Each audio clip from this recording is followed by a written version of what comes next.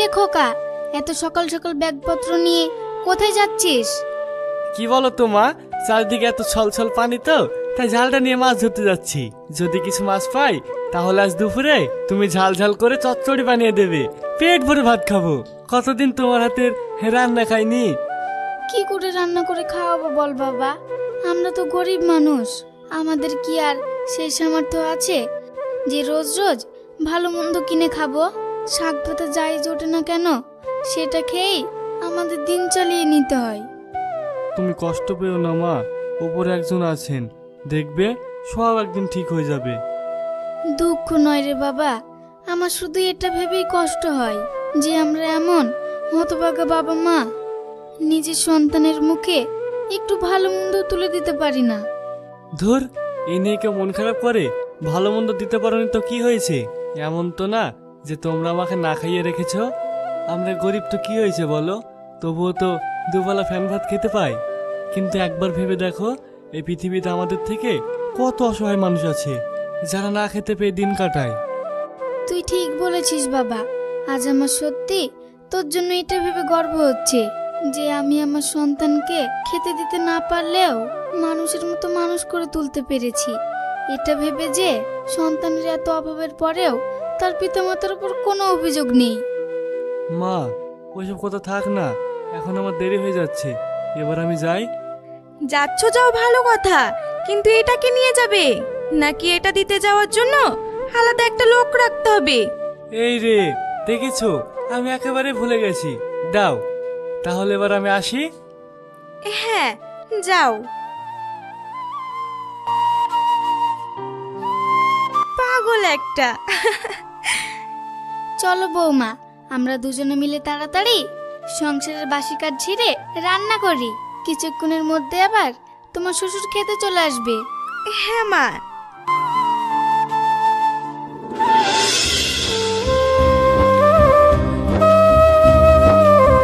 আরে মুকলেশ নাকি?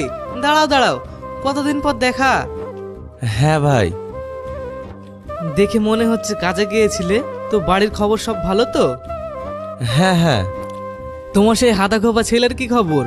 শুনলাম তোমার ছেলে নাকি বিয়ে দিয়েছো, বৌমা নাকি খুব সুন্দরী, শান্ত স্বভাবেরও, আবার গুছিয়ে গেছে, সংসারও করে নাকি। সত্যি তোমার ছেলের ভাগ্য বটে, নইলে কি আর এখনকার দিনে এইরকম ছেলের সাথে এত সুন্দরী মেয়ে সংসার করে? সবই ওপর আল্লাহর ইচ্ছা, উনি চেয়েছেন বলে হয়তো হয়েছে। যাক, কথাটা তুমি একেবারে হক কথা বলেছো।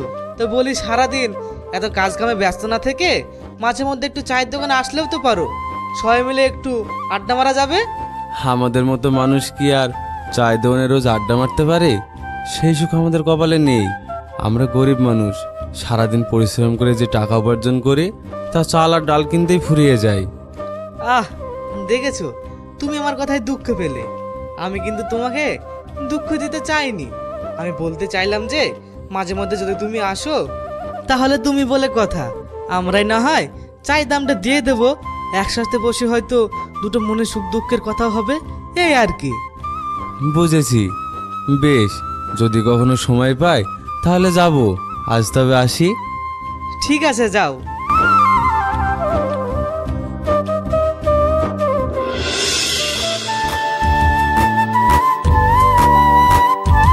কই গো সব, কোথায় গেলে?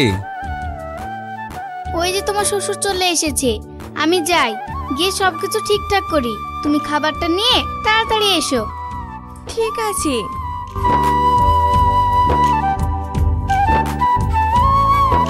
এই তো আমি, তুমি তাড়াতাড়ি হাত মুখ ধুয়ে এসো, খাবার দিচ্ছি।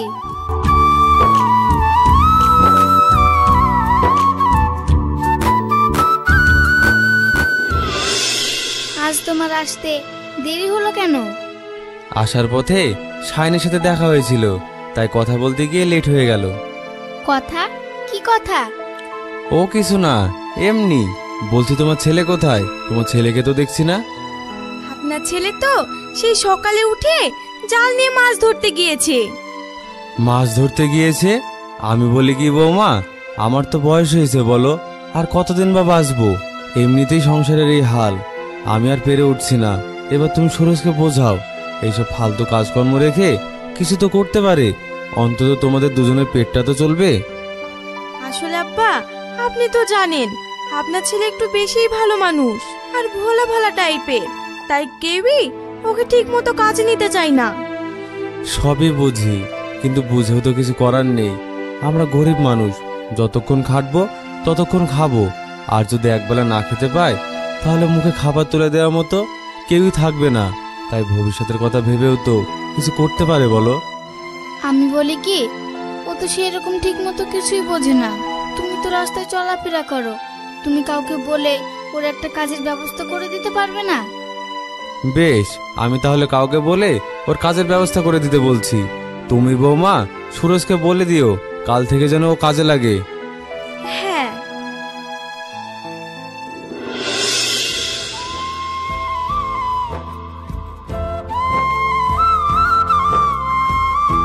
কিরে সুরজ, কাজ কেমন হচ্ছে? ভালো কর্তামশাই। বেশ, কাজ কর, আমি ওই দিক থেকে একটু ঘুরে আসছি।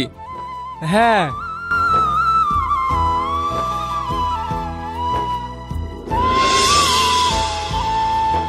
কি হলো বৌমা, তুমি কোথায় যাচ্ছ? হ্যাঁ মা, একটু মাঠে যাচ্ছি। আসলে আপনার ছেলে সেই সকালে না খেয়ে গিয়েছে, এদিকে তো আবার বেলাও হয়ে গিয়েছে। আপনার ছেলে আবার না খেয়ে একদম থাকতে পারে না, তাই ওর জন্য খাবার নিয়ে যাচ্ছি। ও বেশ ভালো তো, যাও।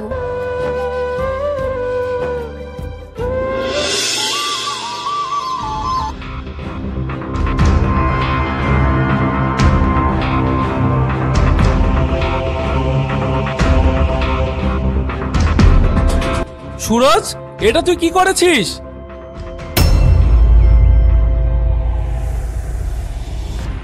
মাফ করবেন মোড়ল সাহেব, আমি কি কোনো ভুল করেছি?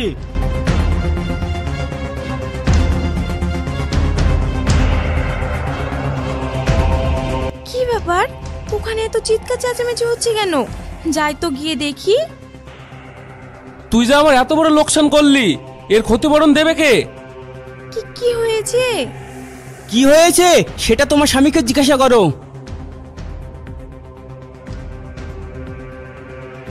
আসলে আমি মাটি কুপাতে কুপাতে ভুল করে মোড়ল সাহেব আর আরেকজনের জমির মাঝে যে আলটা ছিল সেটা কেটে ফেলেছি, তার জন্য দুটো জমি এক হয়ে গেছে। হ্যাঁ আসলে মোড়ল সাহেব, আমি ওর হয়ে আপনার কাছে ক্ষমা চাচ্ছি। আপনারা তো জানেনই যে ও একটু অন্যরকম, আপনার আর আমার মতো ওর মাথায় অত বুদ্ধিও নেই। ধুর, বুদ্ধি যখন নেই তখন আবার কাজে পাঠানোর কি দরকার ছিল? যেভাবে দিন চলছিল সেইভাবে চালানোর নাই পারতে, যত সব অকর্মা। কথা তো সেটা নয়, কথা হলো এই যে এত বড় একটা ভুল করলো, সেই ভুলের মাসুল কে দেবে? আপনার ভুলের মাসুল দেওয়ার মতো ক্ষমতা আমার নেই, তবে শাস্তি হিসাবে যেটা দেবেন সেটা মাথা পেতে নেব। যেটা বলছো ভেবে বলছো তো? হ্যাঁ।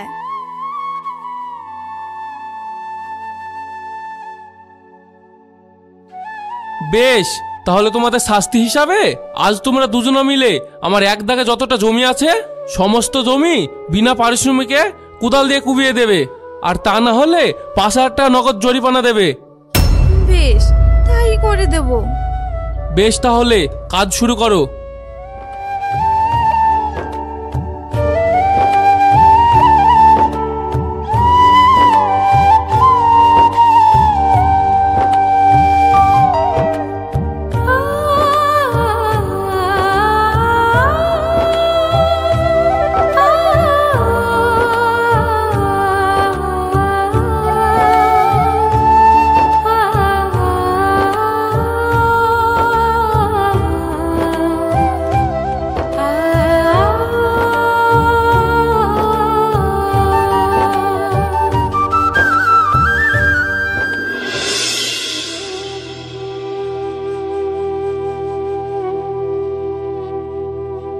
কি হলো, রাত হয়ে গেছে, তুমি খাবে না?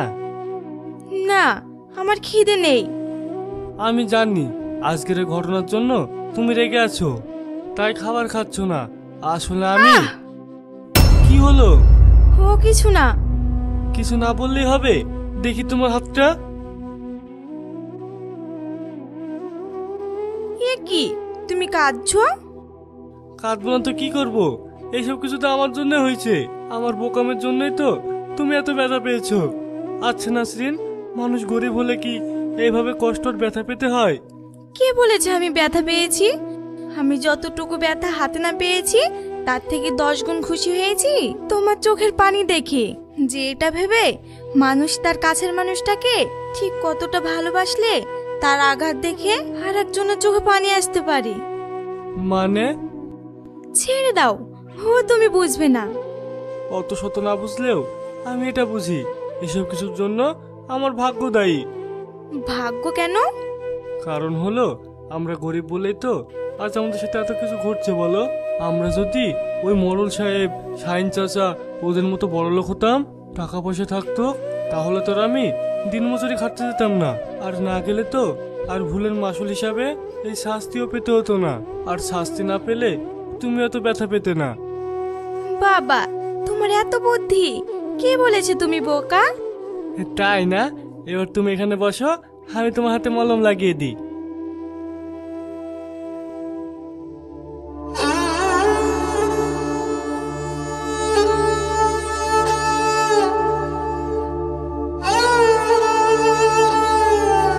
এবার দেখবে তোমার ব্যথাটা আগের থেকে অনেক কমে যাবে। তাই না? বেশ, অনেক রাত হয়েছে, এবার শুয়ে পড়ো, কাল সকালে আবার অনেক কাজ আছে। আচ্ছা ঠিক আছে।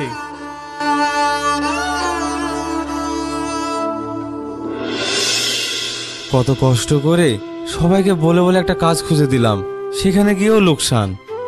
আব্বা, ছাড়ুন না ওইসব কথা, যা হবার তো তা তো হয়ে গেছে, আর এইসব কথা বলে কি কোনো লাভ আছে? বৌমা তো ঠিক কথাই বলেছে বলো। ভালো, তোমাদের যা খুশি তাই করো, আমি আর কিছু বলবো না।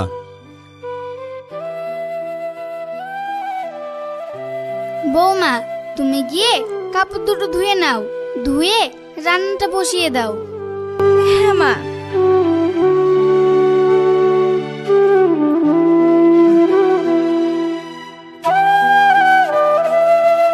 এ কি, তুমি কি করছো? কেন? কাপড়গুলো ধুতে যাচ্ছি। তুমি না হাতে ব্যথা পেয়েছো, তাহলে কি করে কাপড় ধোবে? তাই তো, আমি তো ভুলেই গিয়েছিলাম। তাহলে এবার কি হবে? কি আবার হবে? আমি আছি না, আমি তোমার সব কাজ করে দেব। তুমি? হ্যাঁ আমি। তুমি কি ভাবছো আমি পারবো না? আমি অকর্ম হতে পারি, কিন্তু ততটাও অকর্ম না যে নিজের বইয়ের যত্ন নিতে পারবো না। তাই বুঝি? তাহলে এবার কি করবে? কি আবার করব? তুমি এখানে চুপটি করে বসো, দেখো আমি কি করি। থাক না, এইসবের কোনো দরকার, আমি আমার কাজ করে নিচ্ছি। মোটেই না, আমি তোমার স্বামী না? তুমি জানো স্বামীর কথা শুনতে হয়, না হলে আল্লাহ পাপ দেয়। এসো।